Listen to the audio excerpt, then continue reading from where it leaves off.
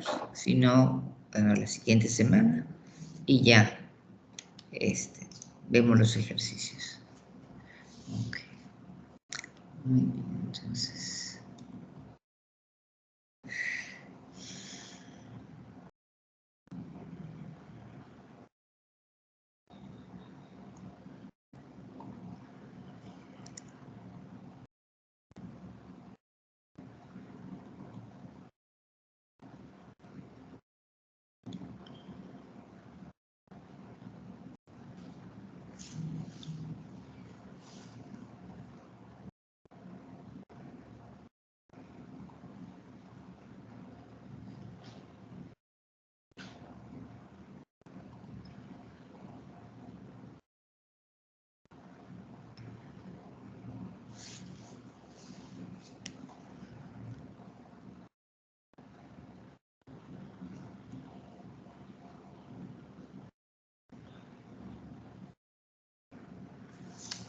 ¿Ya pueden ver?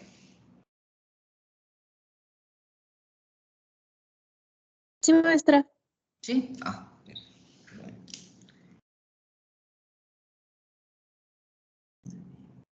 Entonces, bueno, el tema que iniciaríamos es el de cálculo y selección de la muestra. Entonces, iniciamos.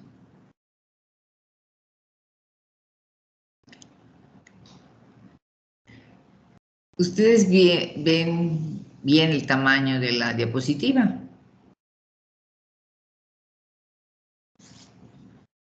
¿Lo logran distinguir?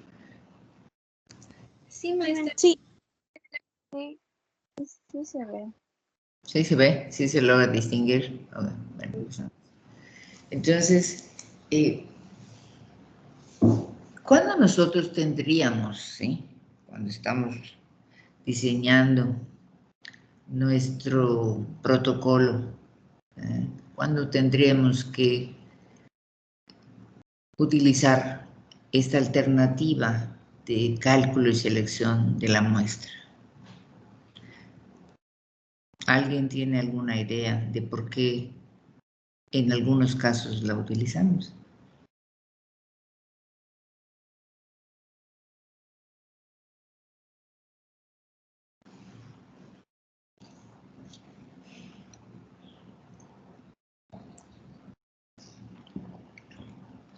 En sus experiencias han utilizado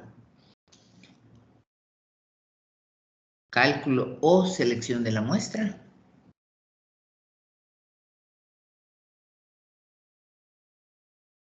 Creo que en la prepa, maestra, pero la verdad no recuerdo mucho.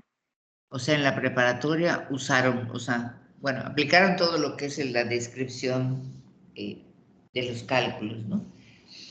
Y en sus trabajos previos, tal vez no cálculo, pero sí selección de la muestra.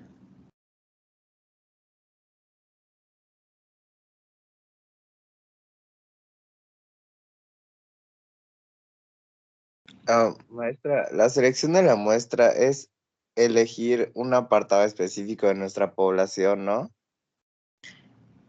Exacto, o sea, el apartado específico de la población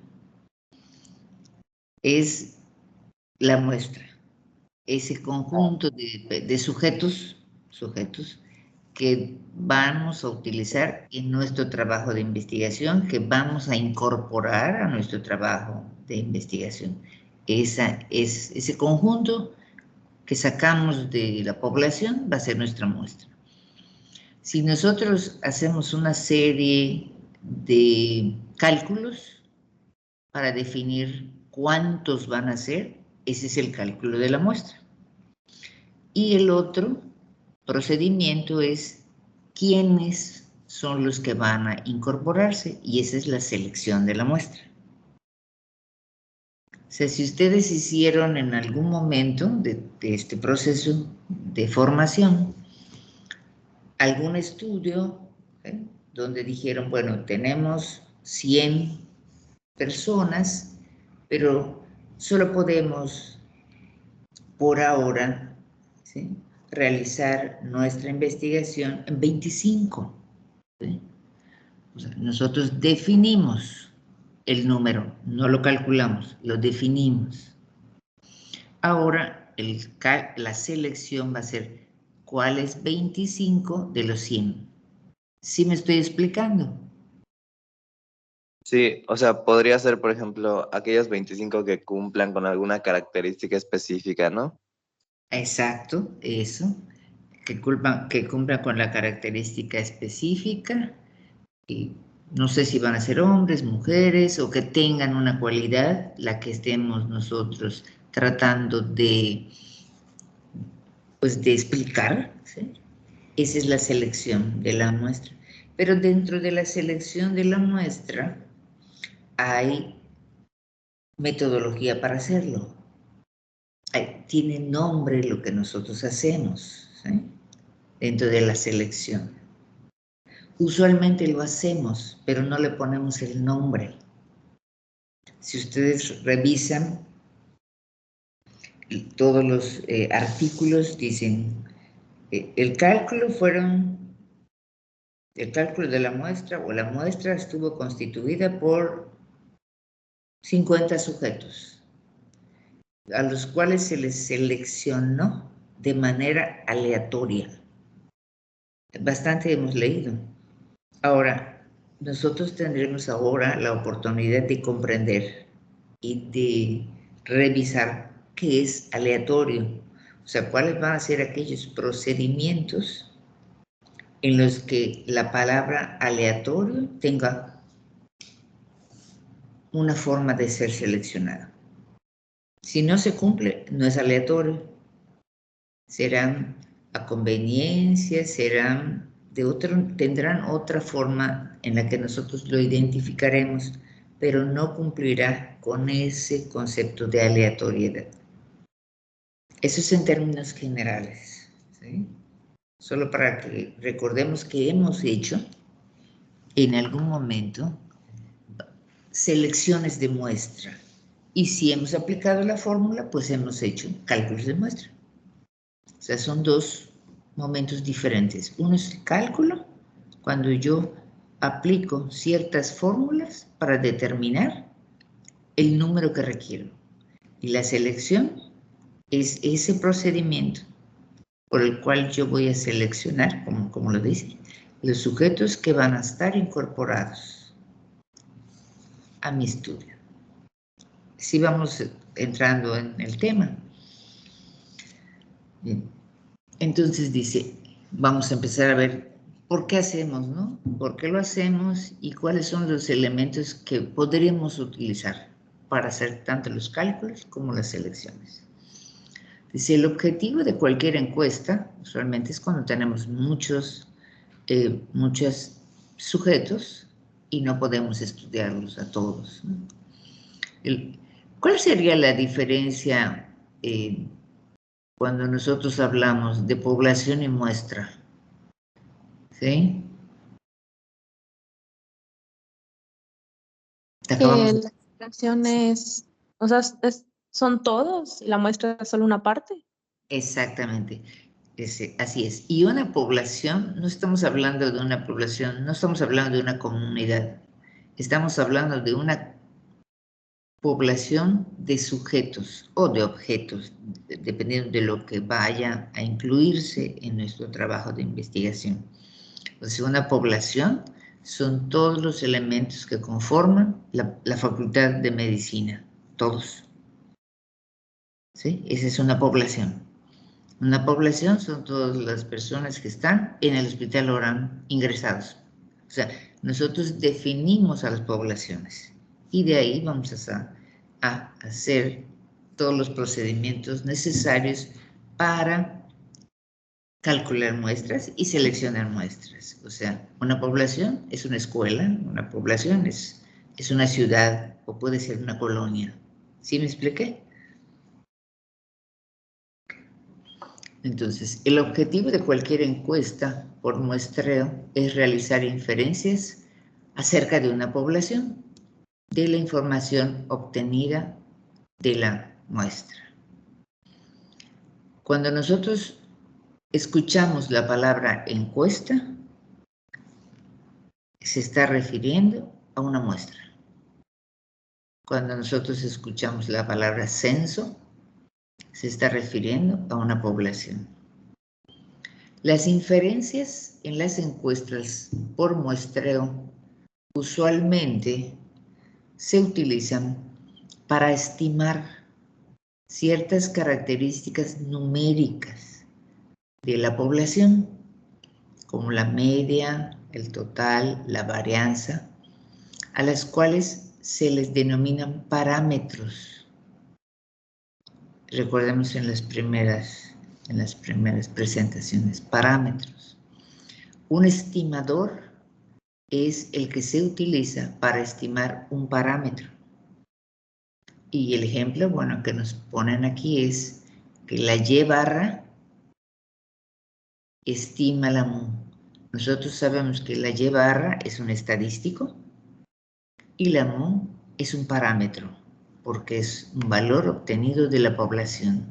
Y la Y barra es un valor obtenido de una muestra. En muchas situaciones, la media muestral tiende a presentar una distribución simétrica en forma de campana, conocida como distribución normal. Esta observación es especialmente cierta si la n es grande, digamos n mayor de 30. En algún momento de los tiempos previos, ustedes han escuchado de este dato con el que nosotros podemos considerar qué es una muestra grande y qué es una muestra pequeña.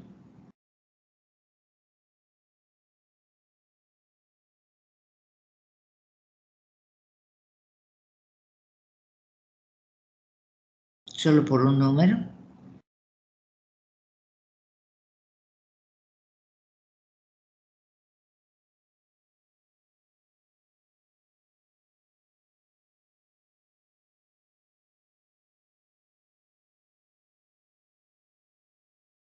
En sus trabajos previos.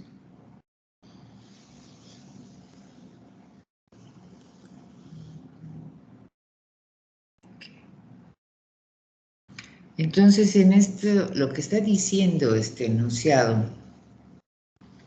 es que, de acuerdo a la teoría, nosotros tenemos un corte, ¿sí? Un corte que lo da este número, que lo da el número 30. ¿Sí? Entonces, las muestras que sean menores a 30, ¿sí?, las consideramos muestras pequeñas. Y las que sean de 30 y más, las consideramos muestras grandes.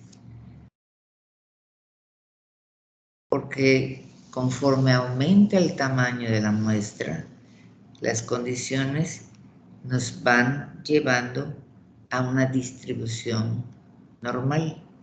A eso se refiere esto del valor 30. Usualmente, en otras ocasiones, definíamos que una muestra apropiada era la que tenía el 30% de la población. Pero no es que sea el 30%, ahora sabemos que es un número que nos permite definir qué es una muestra pequeña y qué es una muestra grande. Entonces, la muestra pequeña va a ser la que sea menor de 30 y la muestra grande, que es la que tiende a la normalidad, va a ser la que sea de 30 y más.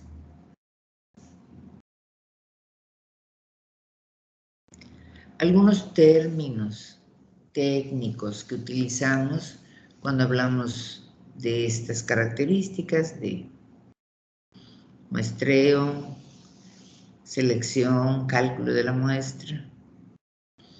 Dice, un elemento es un objeto o un sujeto en el cual tomamos mediciones.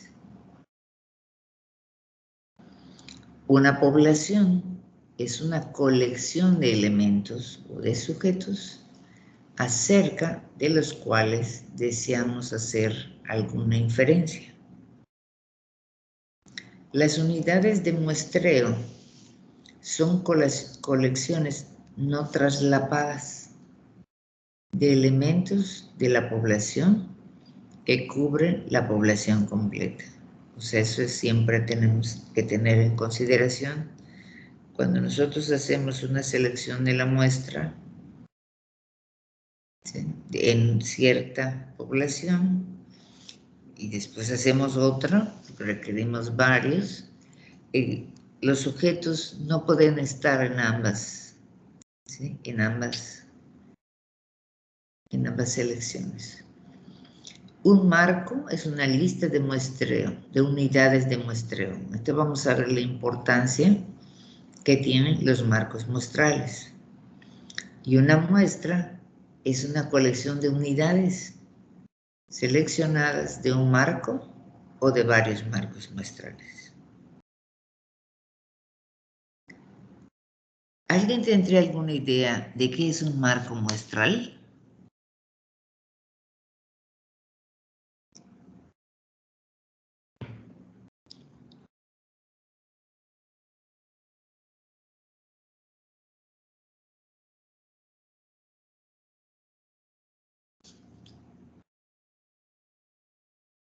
Como una lista de elementos.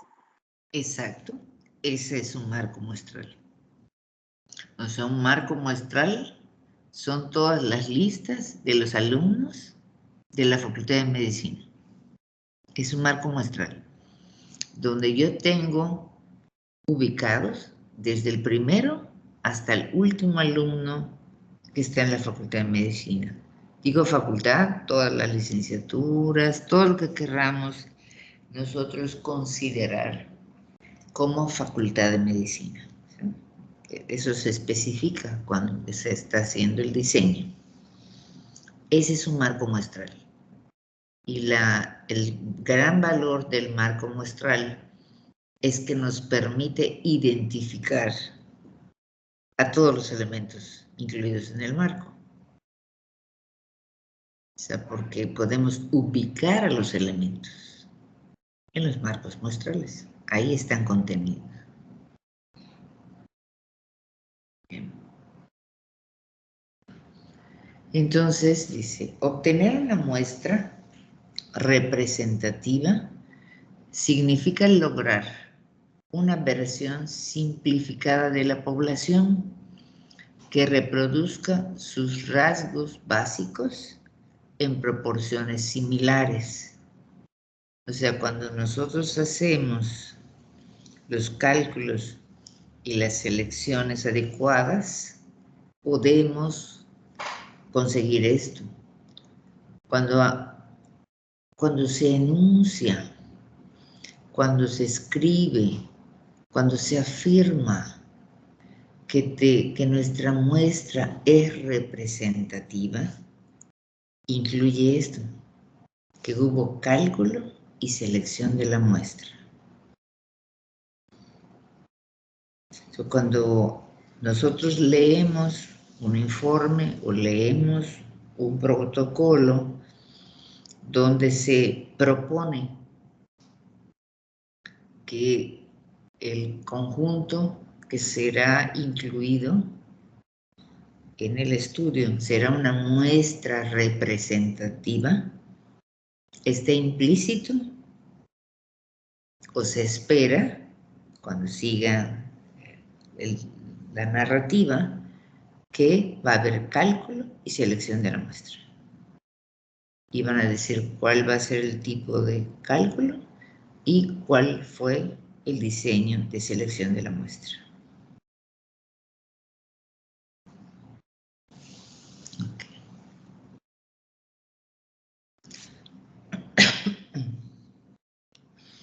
Entonces, iniciamos con selección. ¿Sí? Dice, el diseño de la encuesta y el tamaño de la muestra determinan la cantidad de información pertinente a un parámetro poblacional, siempre y cuando se obtengan mediciones exactas de cada elemento muestreado. Eso es lo que pues la teoría que nos está llevando hacia lo que es la selección de la muestra. ¿Cómo seleccionamos una muestra? Aquí no estamos diciendo cuál es el número, sino cuál es la forma. ¿Cómo podemos determinar cuál procedimiento usar? Y el número de observaciones, unidades muestrales a incluir en la muestra. El número es una fórmula que dependiendo del tipo del diseño, de los elementos que tengamos, del conocimiento que tengamos de la población, de los datos que tengamos accesibles, podremos utilizar diferentes fórmulas que nos van a dar un número. Y después, bueno, viene, ya dado ese número, nosotros tendremos que elegir el diseño de selección de la muestra más apropiado a nuestro estudio. Esa es la importancia de que cuando lleguemos a estas partes metodológicas, ya tengamos bien claro qué es lo que queremos hacer, ¿sí?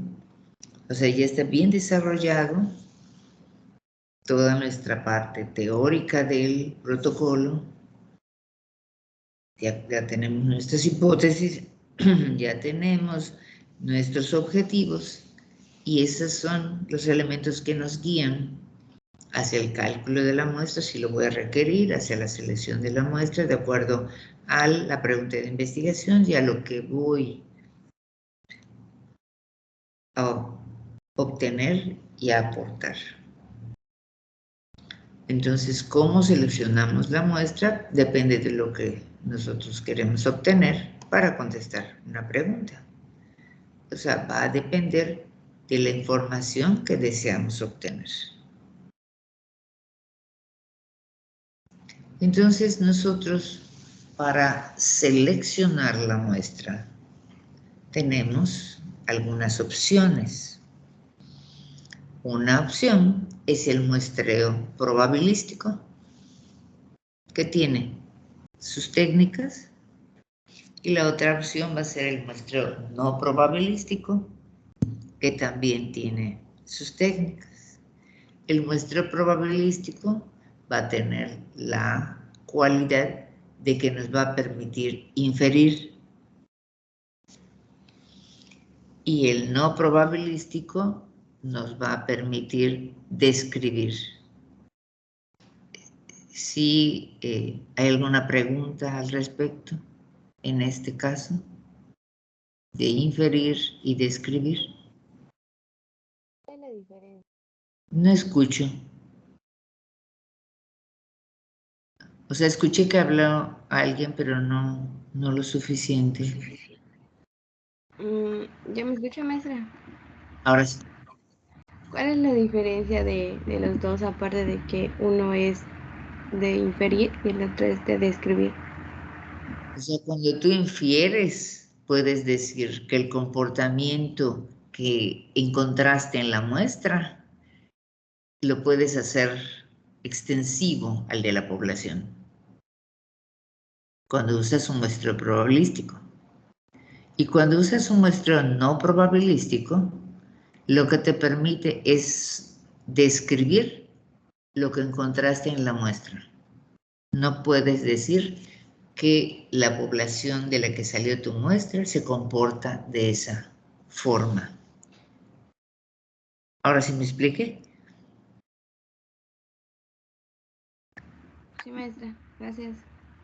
O sea, cuando yo hago mi muestreo probabilístico, puedo decir, o sea, si estamos hablando de todos los alumnos de, no vamos a decir de la Facultad de Medicina, de todos los alumnos de la licenciatura en Medicina, y ustedes hacen un protocolo, diseñan, bueno, no podemos estudiar a todos por la forma en la que están distribuidos, pero bueno, podemos hacer un cálculo hacen el cálculo de acuerdo a cómo están distribuidos los alumnos, al tamaño al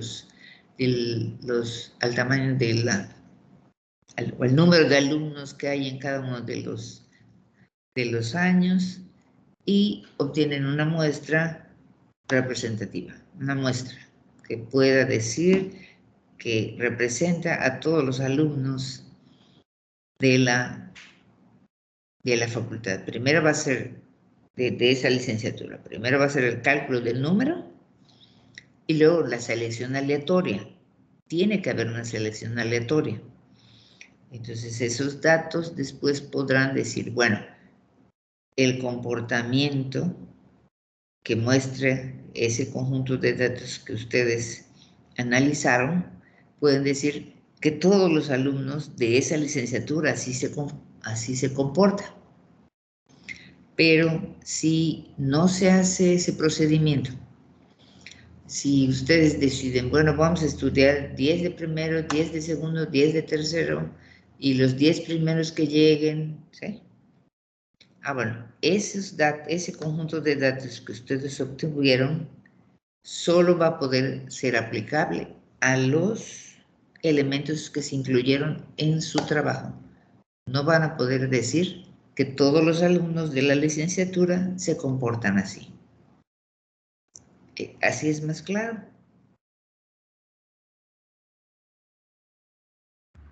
Sí, maestra, gracias.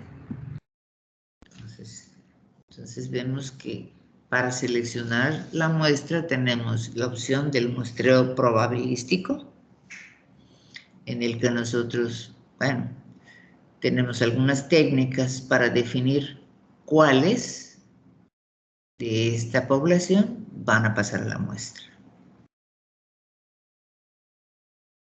Y el muestreo no probabilístico, donde nosotros definimos y los ponemos en la muestra. Por ciertas características, por ciertas razones, por cierto tiempo o por las mismas características de la problemática que uno está evaluando. Aquí no estamos hablando del número, sino de la forma, ¿sí? Ok. Aquí están algunas de las técnicas del muestreo probabilístico, o sea, de las que nosotros podemos aplicar para que cuando seleccionemos de la población el conjunto de elementos que integren nuestra muestra sea probabilístico y se pueda inferir. Entonces, entre estos están el muestreo aleatorio simple, el muestreo sistemático, el muestreo estratificado. Este muestreo puede ser simple, proporcional, óptima, ese casi no se usa, y el muestreo por conglomerados. Todos estos tipos de muestreo son probabilísticos y los sujetos que nosotros identifiquemos en este tipo de muestreo, cuando analicemos sus datos, nos permitirá inferir a la población de los que fueron obtenidos. Y en el caso del muestreo no probabilístico, también tenemos estas técnicas. Cuando hacemos un muestreo no probabilístico, cualquier muestreo tenemos que describir, tenemos que ponerle el nombre y describir cómo lo hicimos. El muestreo por cuotas, llamado en ocasiones accidental, el muestreo opinático o intencional con grupos supuestamente típicos, el muestreo casual o incidental, donde nosotros tenemos individuos que podemos invitar y accesibles a participar con nosotros, como es el caso de los voluntarios, y bola de nieve, donde localizamos a algunos y estos nos conducen a otros, y así vamos, ¿sí?, obteniendo a los sujetos que se incorporarán a nuestra muestra. Se usa en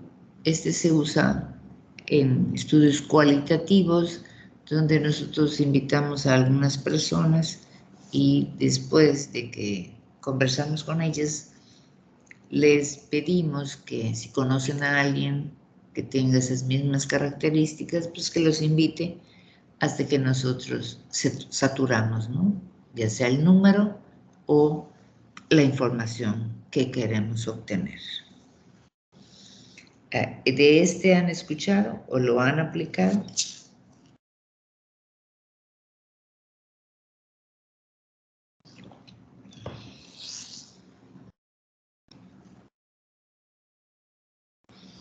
¿Serían como las encuestas que aplican afuera del súper, por ejemplo? Exacto, esa es una. Son muestreos opináticos. Las características de las personas que van a ese súper pueden ser diferentes a las que van a otro, ¿no? Claro. O cuando decidimos que hacemos una investigación en la escuela, en la facultad, y decimos, bueno, los primeros 50 que quisieran participar, y nos ponemos allá, o los invitamos a que vayan a algún lugar a colaborar con nosotros.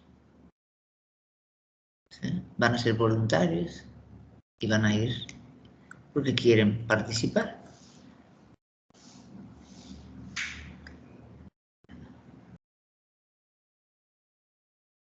Así es, son esos. Bueno, algunos ejemplos de esos, ¿no? Entonces, aquí algunas características de los tipos de selección. Dice, el diseño básico, que es el de muestreo irrestricto aleatorio. Este es un muestreo probabilístico. Consiste en seleccionar un grupo de n unidades muestrales de tal manera que cada muestra de tamaño n tenga la misma probabilidad de ser seleccionada. Ventajas: es sencillo y de fácil comprensión. Y la desventaja es que requiere un listado completo de la población. Acabamos de mencionar hace unos momentos los marcos muestrales, ¿recuerdan? Bueno, para hacer un muestreo restricto aleatorio, requerimos un marco muestral. O sea, tenemos que tener bien identificadas las personas, ¿sí? Entonces, por ejemplo, un ejemplo rápido para que nosotros hagamos un muestreo irrestricto aleatorio.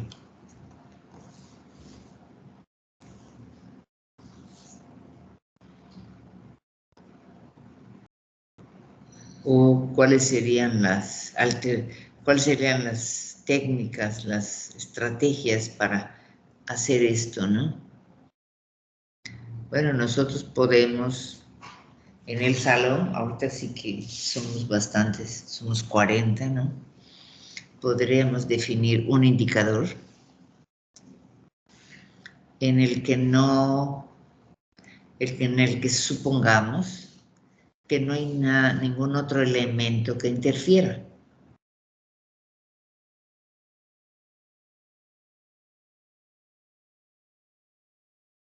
¿Cuál podría ser? Un elemento que no interfiera y que nos permitiera. Bueno, no podemos estudiar o no podemos incorporar a las 40 personas a nuestro estudio, pero hacemos un cálculo y sale que nosotros de esos 40, pues requerimos 25.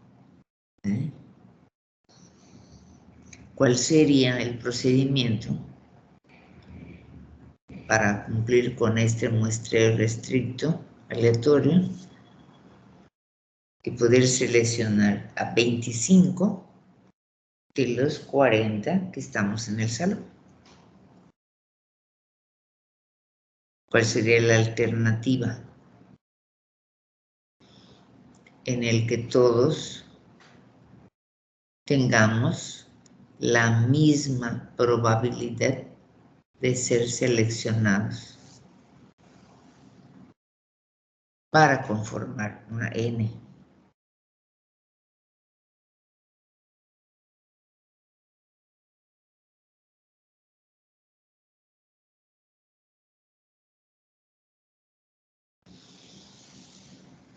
Ay, bueno, sí. ¿Sí? ¿Alguien me habló? Ah, que sí, sería como una tómbola, por decir, como... Esa es una opción. O sea, todos, cada uno de nosotros, estaremos dentro de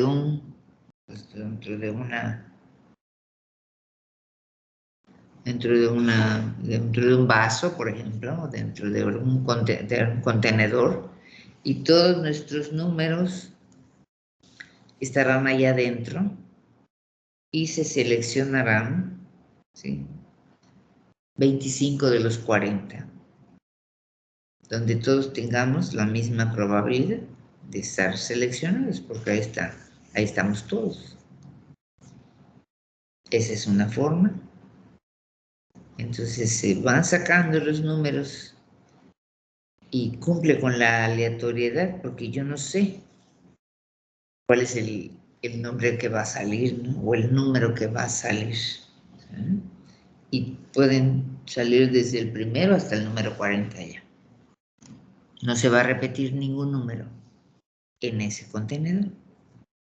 Es la tómbola, esa es una. La otra son los números aleatorios,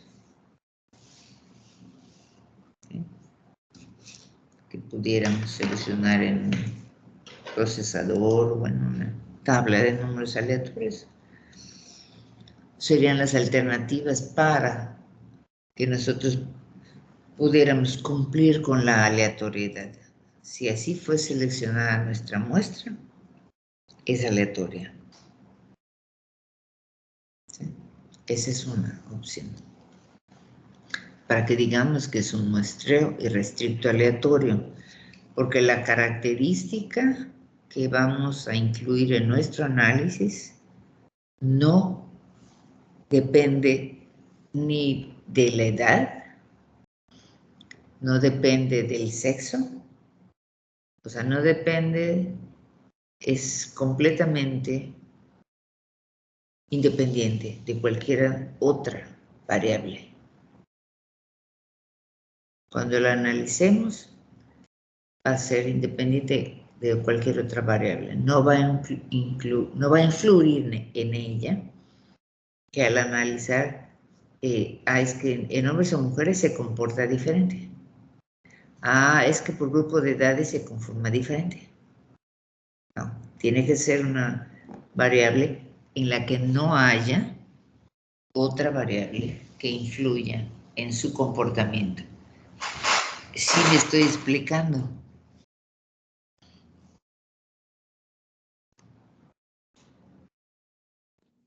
Sí, maestra. Sí, ok.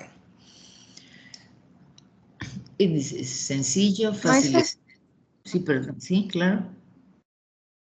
Y si tuviéramos que descartar, por ejemplo, del grupo de, no sé, del salón, tuviéramos que descartar a personas por variables y luego lo hacemos aleatorio, o sea, ya no sería,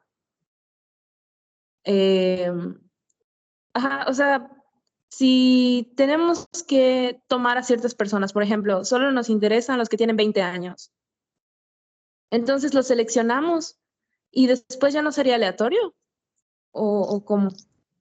Pues si solo seleccionamos a los de 20 años, ¿cuál sería la característica que estuviéramos? O sea, con los de 20 años conformaríamos nuestra población. ¿Sí? Yo solo quiero estudiar algún factor, algún indicador en sujetos de 20 años. ¿sí? Entonces, va a ser mi población. Pero mis sujetos de 20 años, pues son 500, por ejemplo, ¿no? No puedo estudiar a los 500. Entonces, hago un cálculo de la muestra, cuántos de esos 500 sujetos de 20 años, cuántos requiero. Y después selecciono. O sea, 20 años es un criterio, van a ser todos los de 20 años. O sea, yo conformo a mi población solo a los de 20. ¿Sí me expliqué? Ah, ok. O sea, ya no habría la necesidad de que sea aleatorio, ¿no? O sea, no. Ahora, mi población se convierte en todos los de 20. Mi Ah, población se convierte en todos los de 20. Y de esos 20, bueno, si no es un número muy grande, pues estudio a toda la población. Ya no tengo que calcular.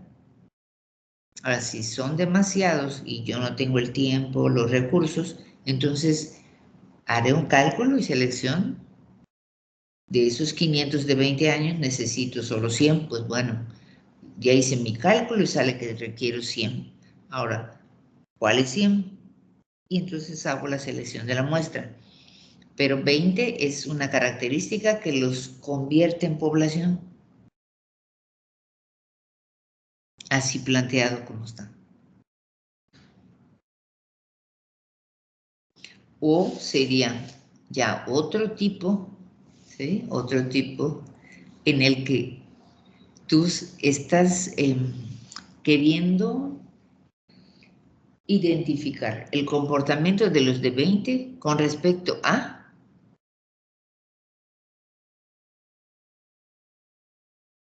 los de 25, a los de 30, a los de 15. Sí, sí me explico.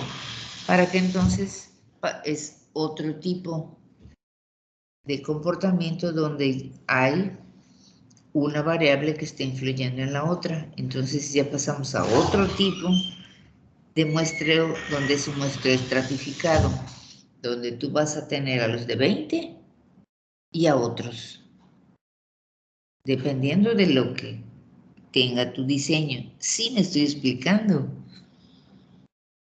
¿Quién habló? sí, Naomi. sí. Exacto.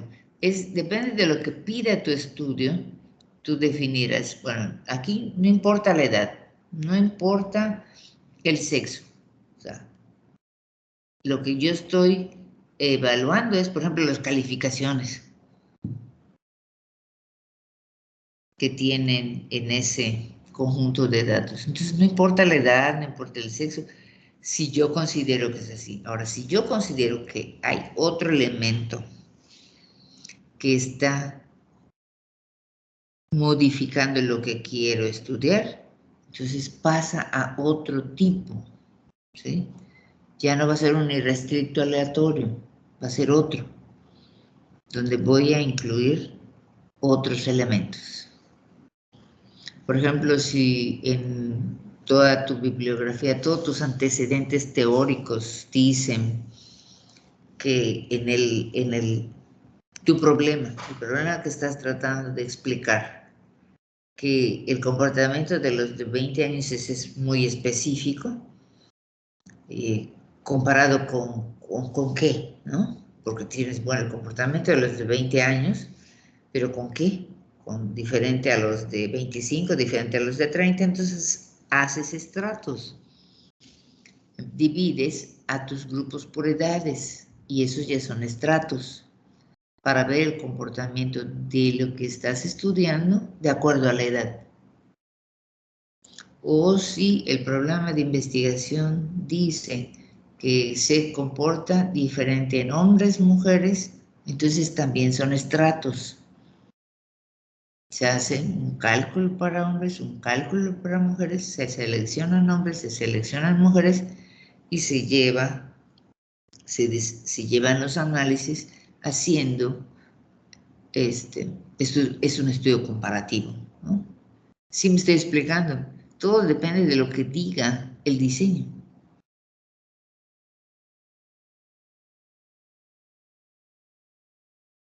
Mientras, Maestra, ¿el probabilístico sistemático cuál es? Bueno, ahorita lo vamos a describir. Si este es porque me preguntaron esto, pero hay restricto aleatorio, hay por estratos. El sistemático es, por ejemplo, aquí dice, ¿no?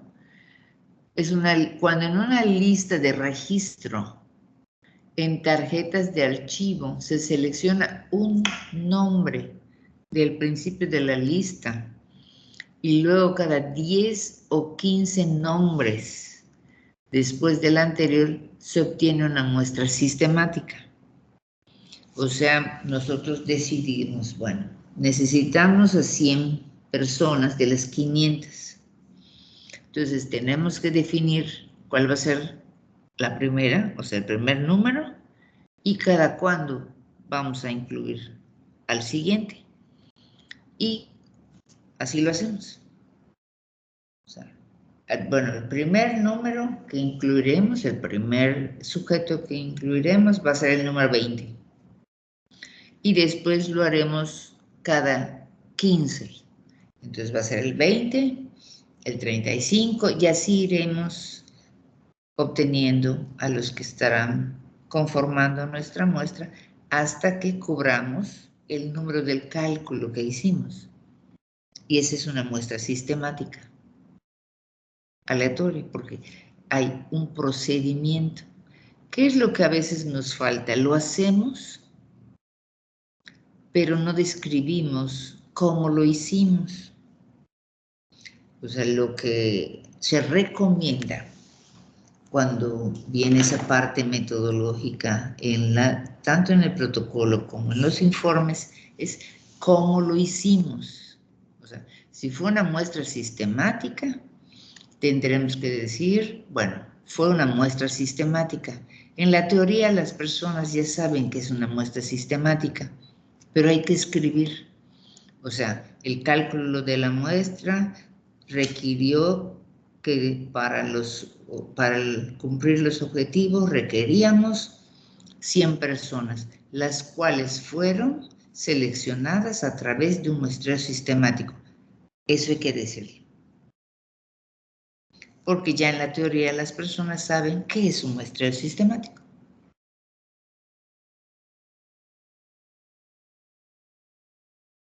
¿Sí me expliqué? Y obtienes una muestra representativa.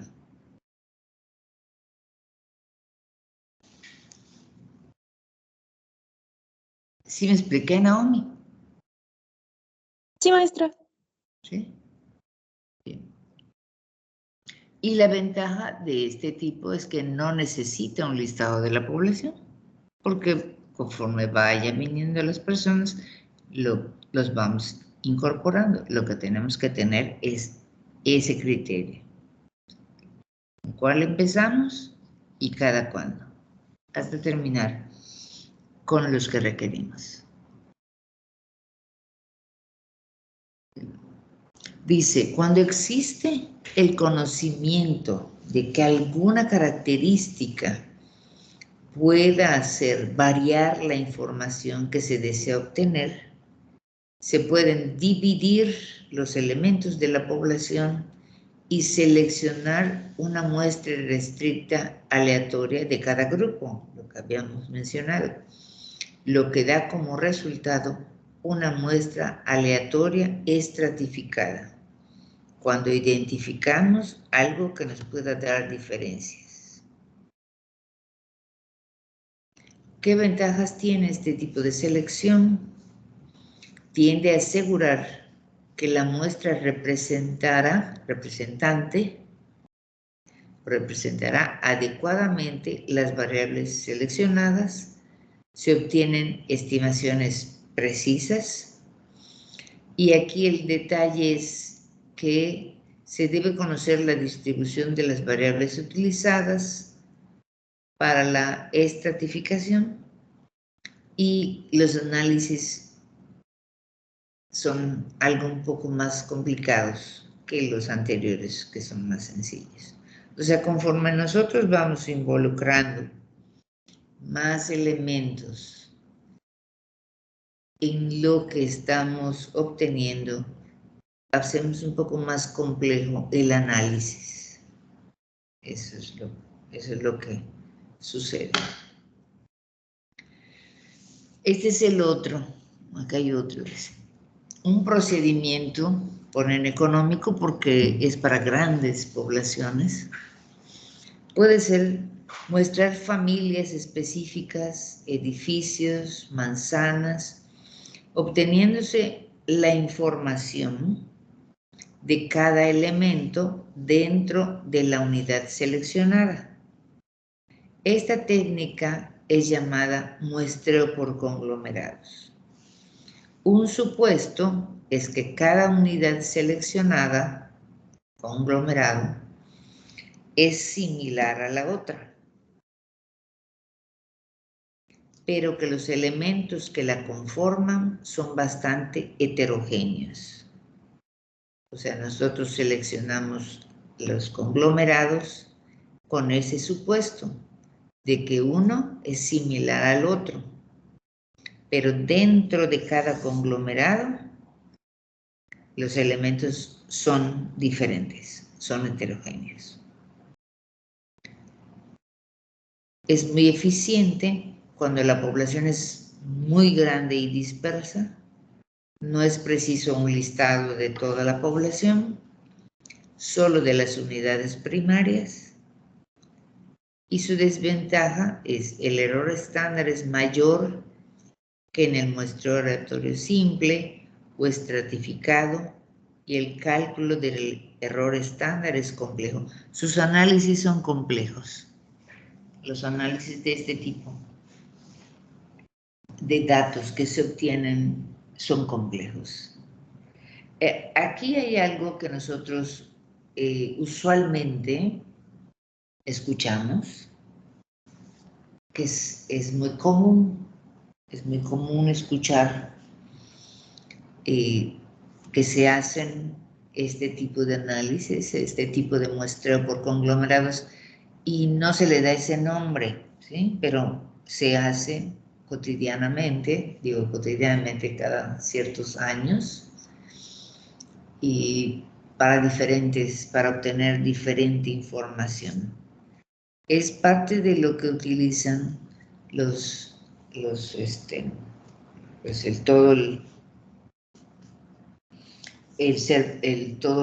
toda la institución del INEGI. El INEGI utiliza este tipo de muestreo. Cuando cada 10 años el INEGI aplica el censo, bueno, el censo es todos y cada uno de los integrantes de la población. Ese es el censo. Pero cada determinado tiempo, el INEGI hace sus encuestas. Encuestas económicas, encuestas de fertilidad, o sea, todas las encuestas que hace el INEGI. Y para eso el INEGI utiliza muestreos por conglomerados, porque como lo hace para grandes poblaciones, pues selecciona grandes áreas y aplica este tipo de selección de la muestra. El muestreo por conglomerados.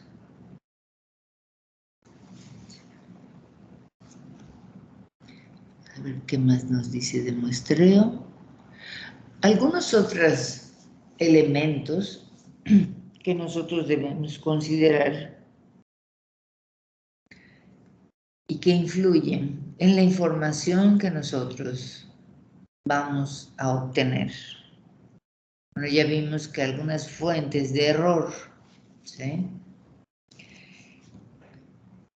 podrían ser una de las actividades que hacemos previas a salir a la obtención de la información es diseñar nuestros instrumentos, ¿sí?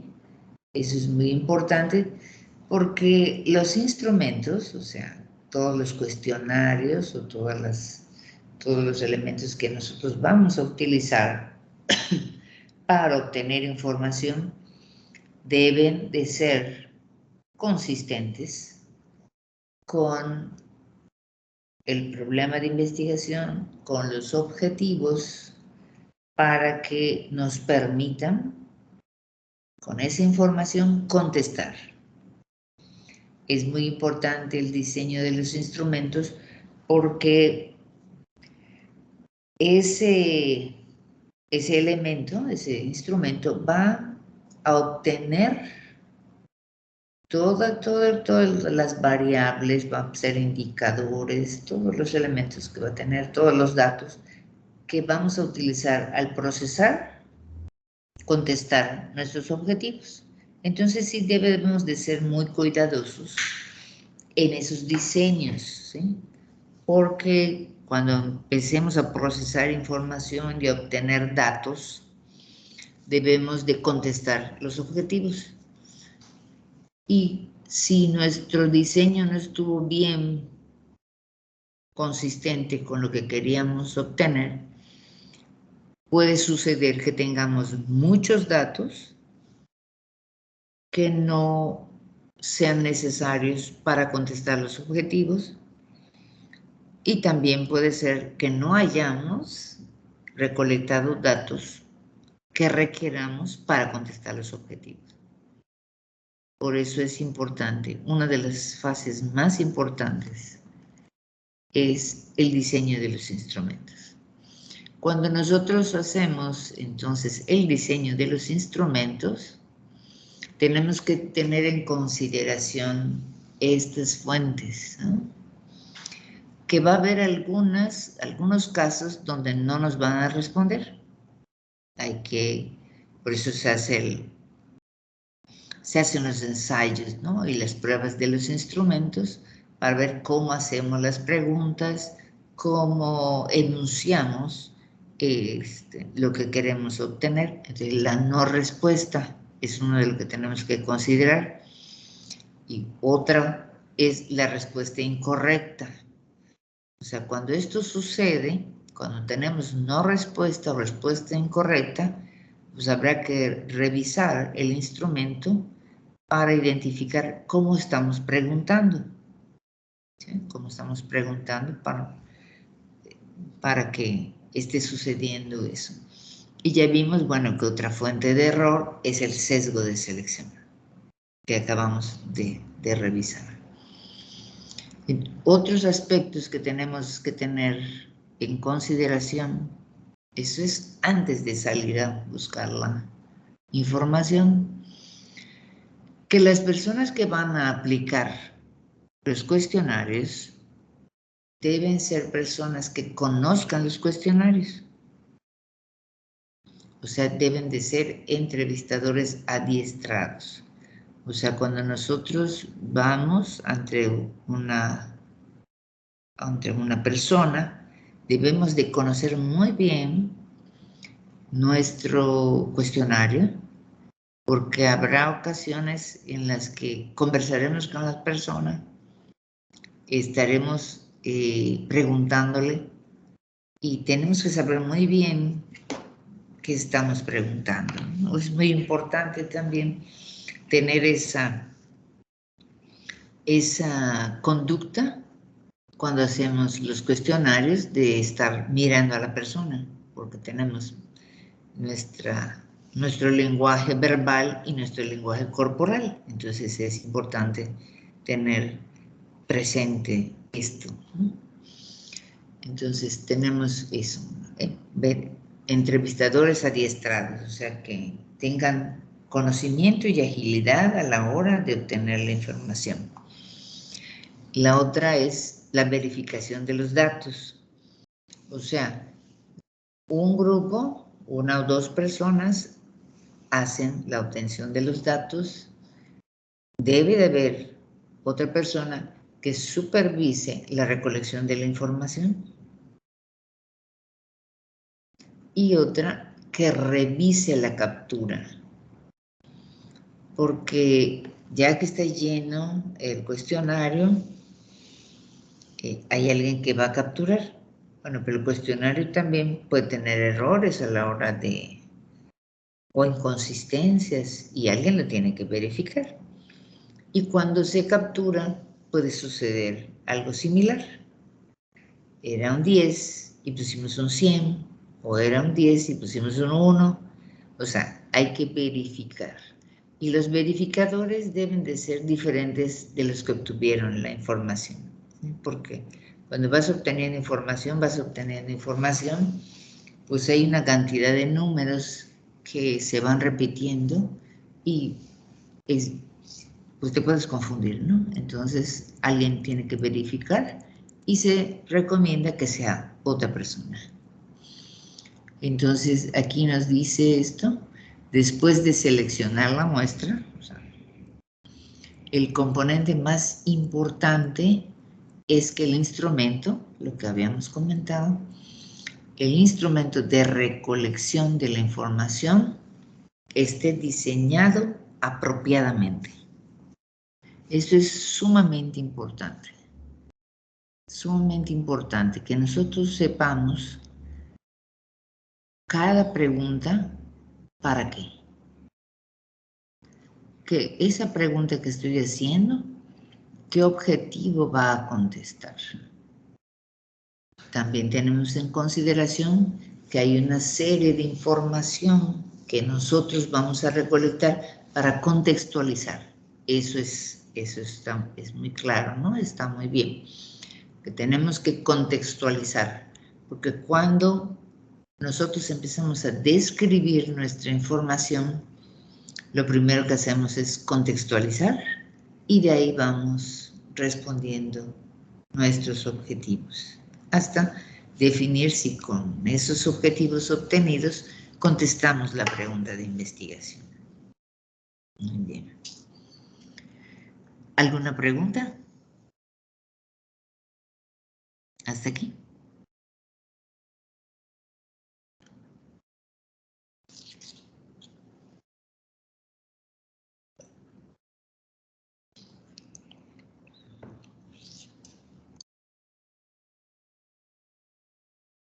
¿Alguien iba a hablar? No, maestra, todo bien. ¿Hasta aquí todo bien? Bien. Vamos a ver qué sigue. Bueno, esta es una tablita para empezar a tener pues empezar a familiarizarnos. No sé si ya han visto en algún otro momento estas cifras, ¿sí? Estos elementos, coeficiente de confianza, nivel de significancia, valores de Z y lo que llamamos los límites de confianza inferior, los límites de confianza superior, ¿sí? Es algo que se maneja mucho en lo que nosotros leemos, ¿sí? Cuando nosotros revisamos artículos, hablan de nivel, sobre todo de nivel de significancia. Y los coeficientes de confianza, pues cuando hablan de los intervalos que son estos, ¿no? Límite de confianza inferior, límite de confianza superior. Entonces, en este caso, la tabla esta hace referencia a nivel de significancia y coeficientes de confianza para muestras grandes. Recuerdan que habíamos iniciado con el punto de corte que nosotros vamos a manejar para decir qué es una muestra pequeña y qué es una muestra grande, ¿no? Entonces, muestra grande va a ser 30 y más elementos. Entonces, estos son los valores que se utilizan en el caso de las muestras grandes. Y que cuando nos hablan de coeficientes de confianza de 90%, 95%, 99%, cuando nos hablan de niveles de significancia de 0.10, de 0.05, de 0.01, en algunas de las lecturas que han utilizado para sus trabajos previos, han analizado estos niveles de significancia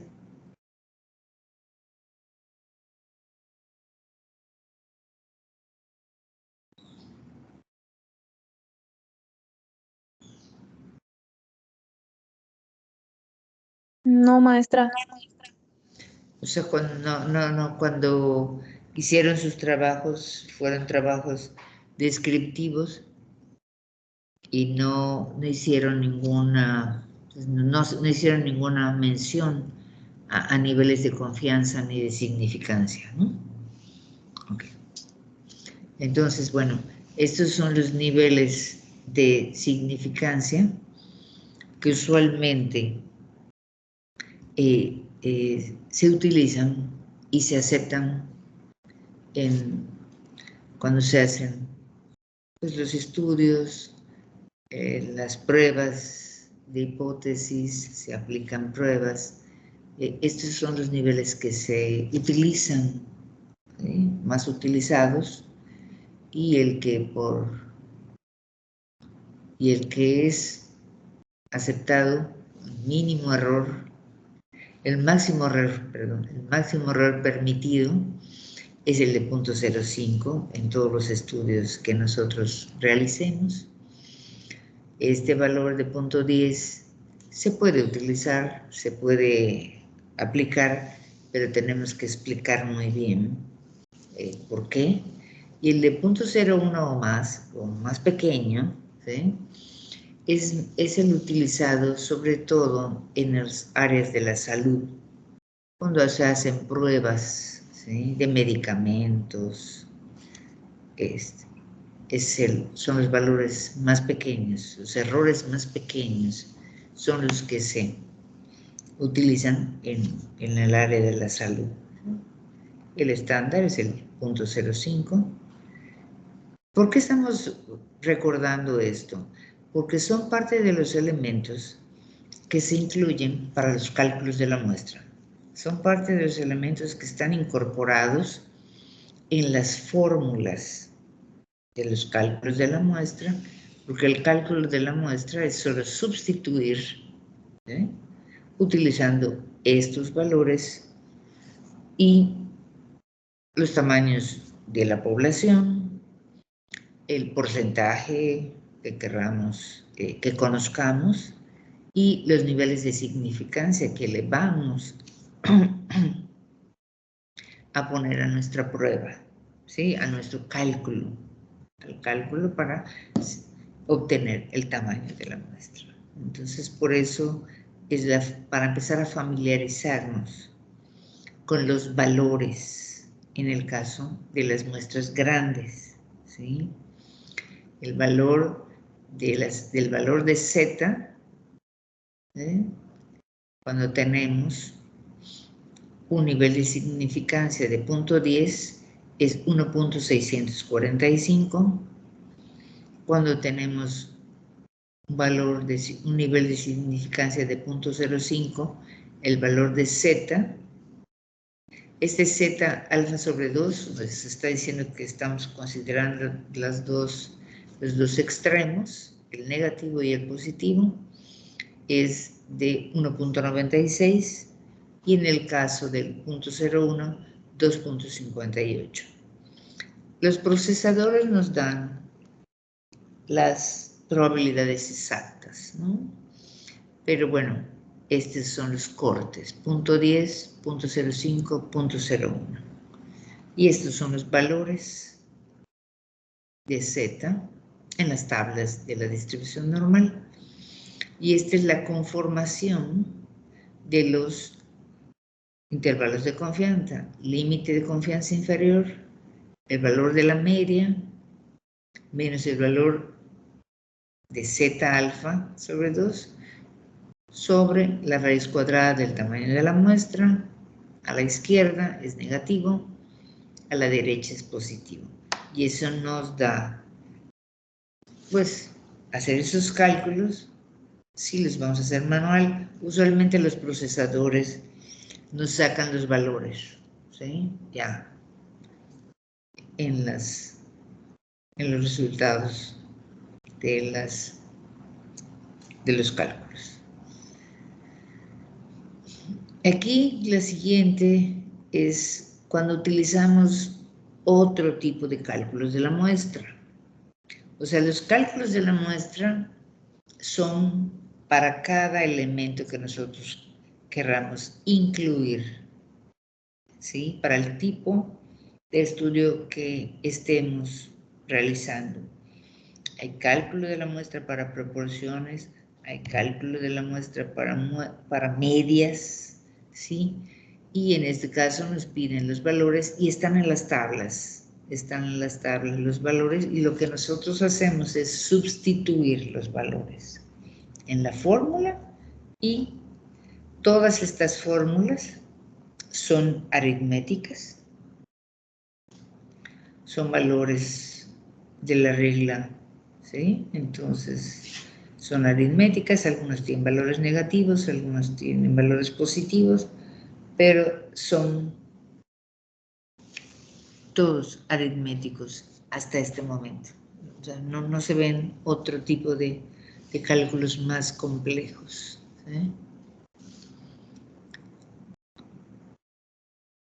Y aquí dice, ¿cuáles son algunos de los elementos que nosotros utilizamos en el cálculo de la muestra? Dice, en los estudios para determinar parámetros, podemos estimar una proporción, podemos estimar una media, podemos hacer cálculos para poblaciones infinitas, para poblaciones finitas.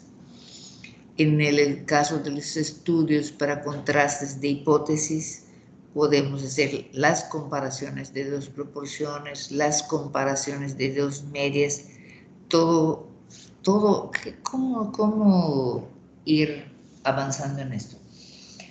Todos los elementos que vamos a considerar será o dependerá de la complejidad de nuestro estudio. O sea, mientras más complejo sea nuestro estudio, pues los elementos que tendremos que incluir también seguirán complejizando, ¿sí? Todo depende de lo que nosotros planteemos en nuestros estudios.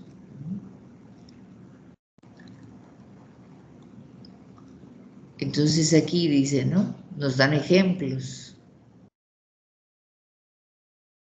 utilizando lo que acabamos de revisar en esta tablita, en la tablita de los coeficientes, donde está ZA, donde están los niveles de confianza prefijados, todo lo podemos revisar en las tablas.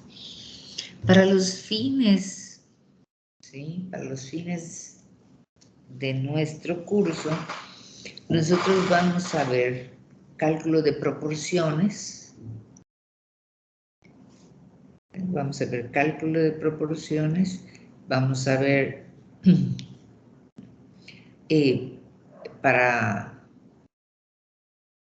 aquí está. Cálculo de proporciones. En el caso, vamos a ver para proporciones, para proporciones finitas y no finitas. Vamos a ver para muestreos estratificados por proporcional, con probabilidad proporcional al tamaño del estrato, que son los que más utilizamos a nivel poblacional, ¿sí? A nivel poblacional, eso es lo que vamos a desarrollar y hacer ejercicios de estas tres opciones. Les voy a enviar el archivo para que ustedes tengan la oportunidad de leerlo, y la próxima sesión veremos cálculo de la muestra de estas tres opciones y los ejercicios.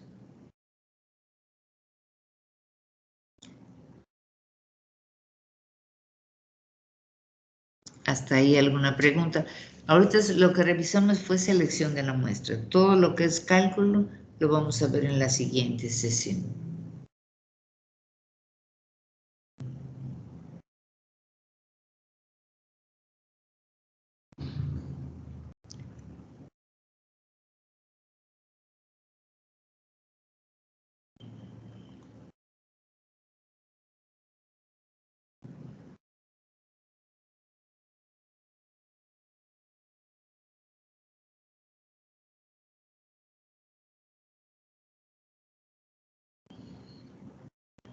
Maestra, y todas estas tablas que nos mostró sirven para sustituir en las fórmulas que nos va a enseñar.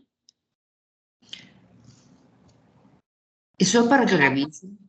A ver, sí, son para que revisen, porque realmente las que vamos a ver son esta de muestra estratificada con probabilidad proporcional al tamaño. Vamos a ver esta. Cálculo para poblaciones infinitas o mayores a 100.000. Y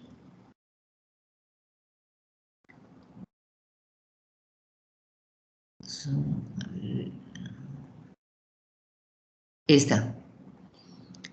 Cálculo para proporciones. 3 fórmulas vamos a ver.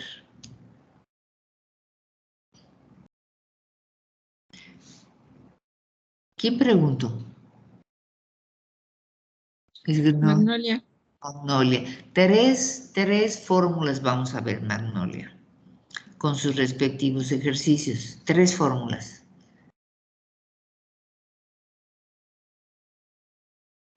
En el caso de que ustedes tuvieran ejemplos, va a haber libre también, va a haber una actividad libre. En el caso de que ustedes tuvieran ejemplos para utilizar las otras, bueno, los plantean y las revisamos.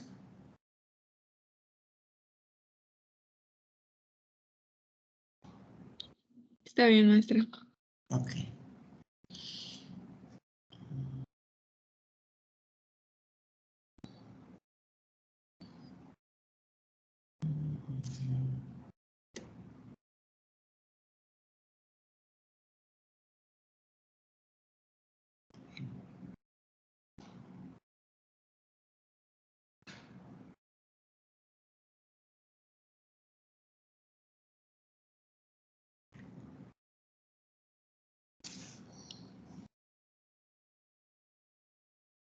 Ahora quiero dejar, aquí está.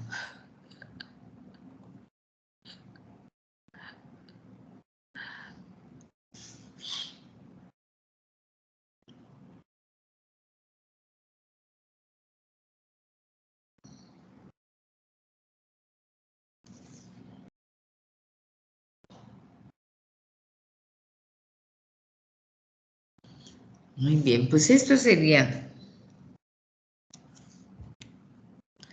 la presentación de este tema, o sea, la primera parte. La próxima semana veríamos la segunda parte. Y pues les daría tiempo para que me envíen sus actividades de aprendizaje para el lunes.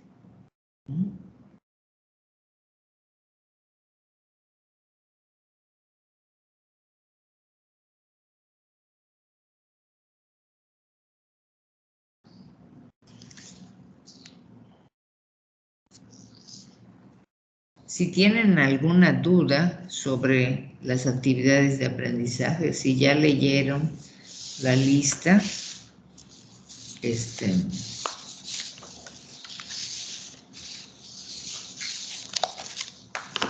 la lista de cotejo. Disculpe, maestra. Claro. ¿Sí? ¿Eres Para el Palo? lunes. Sí, maestra. Sí, ok. Para el lunes tendremos que entregar ¿es ADA 2? No. El ADA 1, la ADA 1 y la ADA 2, la ADA 1 es la de variables. La ADA 2 es la de descriptivas. Son las que ya revisamos.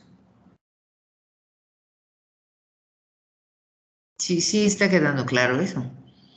O sea, todo el ejercicio de variables que hicimos, lo que hay que completar, bueno, es lo que dice la lista de cotejo, el objetivo, si hay gráfica, si no aplica, todo es llenar la lista de cotejo, porque eso es donde yo pongo los puntos y subo para la maestra Reina.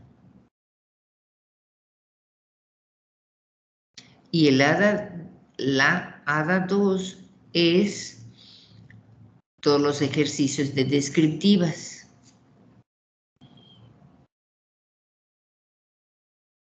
Sí, Ok, queda, maestra, gracias. sí queda claro. Ya lo hicieron. Nada más es complementar con lo que pide la lista de cotejo. O sea, los ejercicios ya los hicieron, ya los revisamos.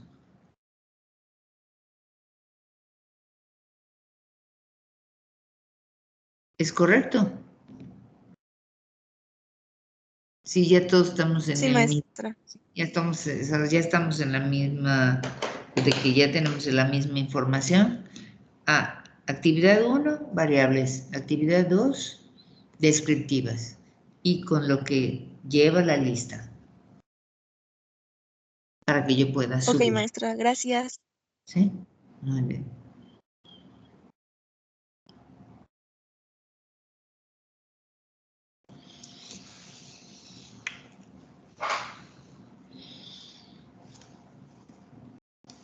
Pues sería todo. Y nos veríamos. Bueno, espero las actividades para el lunes y nos veríamos el próximo viernes. Maestra, ¿Sí? yo tuve problemas para conectarme al principio de la sesión. Yo sí me conecté. A ver, eres... Roberto Ojeda. Ojeda.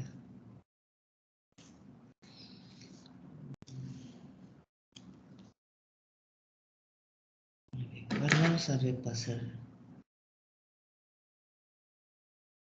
Muy bien, aquí está.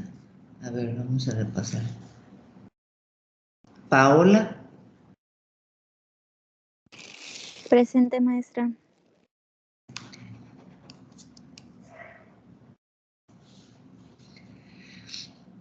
Nadia.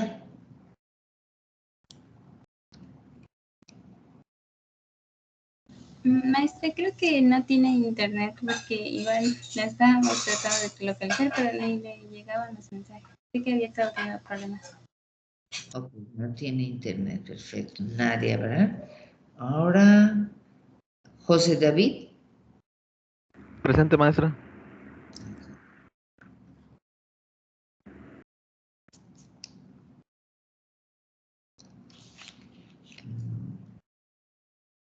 Nairobi.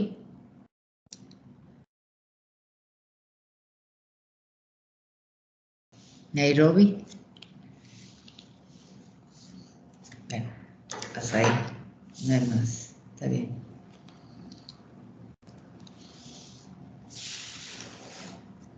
Pues muy bien. Entonces nos vemos el viernes y espero los trabajos el lunes. Gracias, maestra. Hasta luego, maestra. Gracias. Gracias. Gracias, Sí, maestra. maestra, no, maestra. Bueno.